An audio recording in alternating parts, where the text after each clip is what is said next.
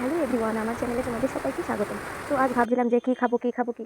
তো ডেলি তো আর মাছ মাংস ভালো লাগে না, তো বানিয়ে ফেললাম ডিম আর ডাল দিয়ে মুখে লেগে থাকার মতো একটা রান্না। তো চলো, তো বানিয়ে ফেললাম ডিম আর ডাল দিয়ে একটা মুখে লেগে থাকার মতো একটা রান্না। তো চলো দেখে নিই কী লাগে এই রান্নাটাতে।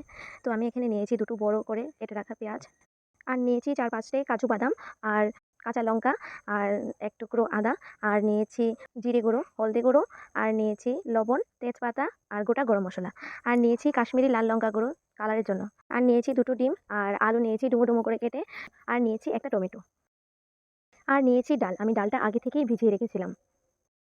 এখন মিক্সিতে ডালগুলো নিয়ে নেব, আর দিয়ে দেবো 4-5টে কাজু বাদাম, এক টুকরো আদা, 3টে কাঁচা লঙ্কা, আর গোটা গরম মশলা। এখন এগুলোকে মিক্সিতে পেস্ট করে নেব। তো দেখো আমার পেস্টটা হয়ে গেছে। তো এখন পেস্টটাকে আমি একটা বাটিতে ঢেলে রাখবো। তো এখন দিয়ে দিচ্ছি সামান্য পেঁয়াজ কুচি, জিরে গুঁড়ো, হলুদ গুঁড়ো, আর লবণ, আর কাঁচা লঙ্কা কুচি, আর দিয়ে দিচ্ছি ডিম। তো দেখো এখানে আমি দুটো ডিম দিয়েছি। এখন এগুলোকে ভালো করে মিক্স করে নেব,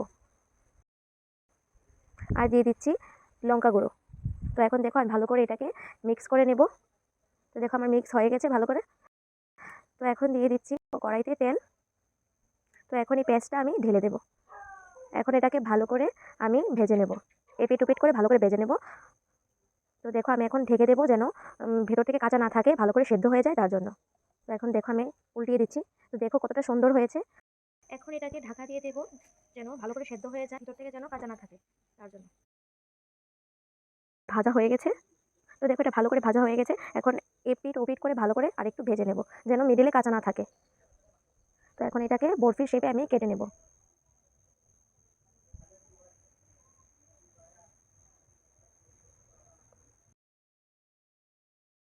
তো দেখো কতটা সুন্দর হয়েছে, একদম ভিতর থেকে সেদ্ধ হয়ে গেছে ভালো করে।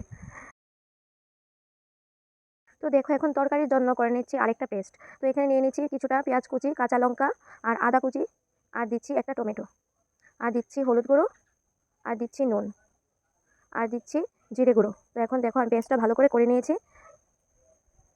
তো তরকারিটা করার জন্য আমি এখন একটা কড়াই বসিয়ে দিলাম। তো কড়াইতে তেল দিয়ে ওই টুকরো করে রাখা আলুগুলো দিয়ে দিচ্ছি। এখন এগুলোকে ভালো করে ভেজে তুলে নেব।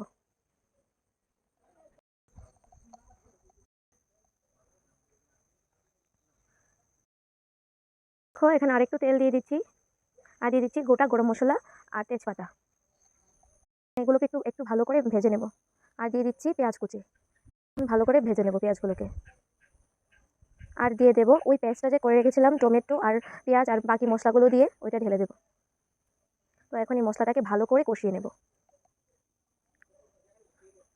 আর দিয়ে দিচ্ছি কাশ্মীরি লঙ্কা গুঁড়ো।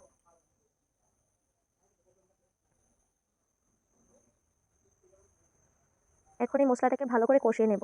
তো দেখো বেশ কিছুটা তেল ছেড়ে এসেছে। এখন দিয়ে দেব ভেজে রাখা আলুগুলো। তো আলুগুলোকে এখন এই মশলার সাথে ভালো করে কষিয়ে নেব, আর দিয়ে দিচ্ছি সামান্য পরিমাণে চিনি।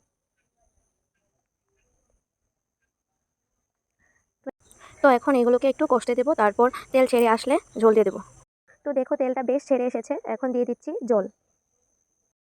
ভালো করে নেড়ে চেড়ে এখন ঝোলটাকে একটু ফুটতে দেবো, আর দিয়ে দেবো সামান্য পরিমাণে লবণ। এখন ঝোলটা দেখো ভালো করে ফুটে উঠেছে। তো এখন দিয়ে দেবো ডিম ডালের বরফিগুলো। তো এখন ভালো করে নেড়ে চেড়ে ফুটতে দেবো। তো দেখো বেশ ঝোলটা একটু শুকিয়ে এসেছে। তো দিয়ে দেবো গরম মশলা। এখন একটু কষিয়ে নিয়ে নেড়ে চেড়ে তারপর তরকারিটা নামিয়ে নেব। তো দেখো আমার তরকারি রেডি হয়ে গেছে, আর দেখো তরকারিটা কত সুন্দর হয়েছে। আর যদি তোমাদের আমার ভিডিও ভালো লাগে তো একটা লাইক, সাবস্ক্রাইব আর শেয়ার করে দিও। আর এত সময় আমার ভিডিও দেখার জন্য তোমাদেরকে অসংখ্য অসংখ্য ধন্যবাদ। তো চলো দেখা হচ্ছে নেক্সট ভিডিওতে।